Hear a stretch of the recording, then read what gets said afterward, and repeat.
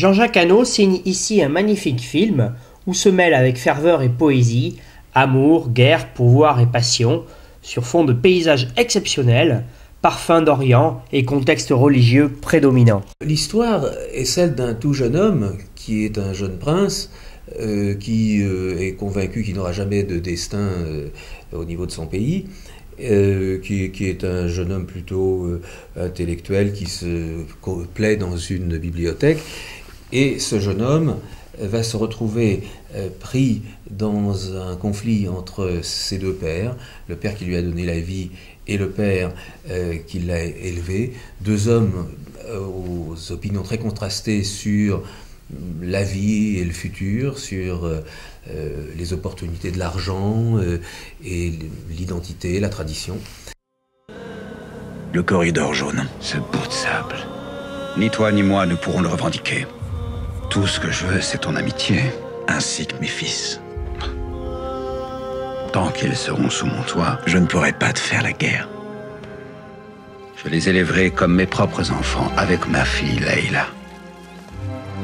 Princesse, tu es trop grande maintenant pour jouer avec les garçons.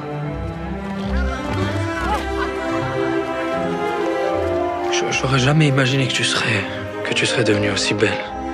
Nessib, roi d'Obeïka, offre sa fille, la princesse Leila. Je commence à oublier à quoi ressemble notre père. Il ressemble à ça. Préparez-vous à devenir riche. Immensément riche. Le sultan considère votre exploitation du corridor jaune comme une violation du traité. J'ai tenu à ce que les scènes d'action soient le plus proches de ce que pouvaient être des combats du désert dans les années 30, et où vous avez le choc d'une armée plus moderne avec des automitrailleuses de l'époque sur chenilles, que j'ai fait construire d'ailleurs pour le film, et puis des chameaux et des chevaux. Or, si vous voulez, il y a jusqu'à présent jamais eu de cascade de chameaux. Parce que les chameaux se déplacent très différemment des chevaux, puis il n'y a pas de grande école de dressage de chameaux comme il y a pour les chevaux. Mais là, avec le concours d'une équipe de Français installés au Maroc, on a réussi à entraîner des chameaux à faire des cascades à la manière des chevaux. On les a habitués à pouvoir tomber et se relever sans mal. Tu es l'émissaire d'Obeka, mais avant tout, tu es maintenant mon fils et l'époux de Leila. Père, je suis venu pour vous alerter. Nessib a une armée entraînée, avec des armes modernes. Tu es venu au monde pour régner. C'est toi qui seras le prochain sultan de la citadelle de Salma.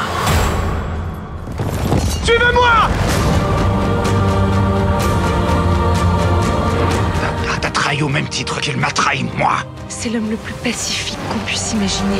L'histoire, elle est située dans les années 30, elle commence au début des années 20, elle se termine à la fin des années 30, et on est à ce moment charnière où tout un tas de pays, d'ailleurs pas seulement les pays du Golfe Persique ou du monde arabe, se sont trouvés confrontés à la civilisation moderne venant de l'Occident. Et ce qui était passionnant, si vous voulez, pour moi, c'est d'être dans un monde encore médiéval, avec les parfums d'encens de l'Arabie heureuse, avec cette atmosphère des mille et une nuits, encore évidemment ces grandes caravanes qui traversaient les étendues du désert, et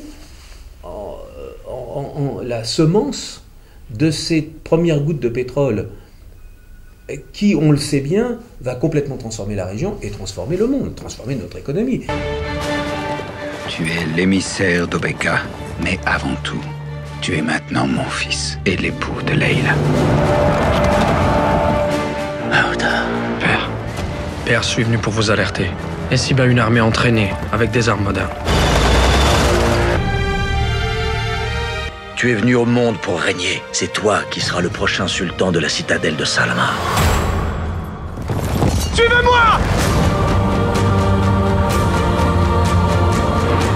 T'as trahi au même titre qu'il m'a trahi, moi. C'est l'homme le plus pacifique qu'on puisse imaginer. J'ai tenu à ce que les scènes d'action soient le plus proche de ce que pouvaient être des combats du désert dans les années 30, et où vous avez le choc d'une armée plus moderne avec des automitrailleuses de l'époque sur chenilles, que j'ai fait construire d'ailleurs pour le film, et puis des chameaux et des chevaux. Or, si vous voulez, il y a jusqu'à présent jamais eu de cascade de chameaux.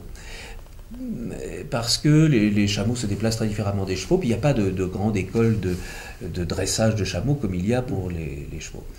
Mais là, avec le concours d'une équipe de Français installés au Maroc, on a réussi à entraîner des chameaux à faire des cascades à la manière des chevaux. On les a habitués à pouvoir tomber et se relever sans mal. L'histoire, elle est située dans les années 30, elle commence au début des années 20, elle se termine à la fin des années 30, et on est à ce moment charnière où tout un tas de pays, d'ailleurs pas seulement les pays du Golfe Persique ou du monde arabe, se sont trouvés confrontés à la civilisation moderne venant de l'Occident. Un film qui ne vous laissera pas indifférent, ni le box-office, avec certitude.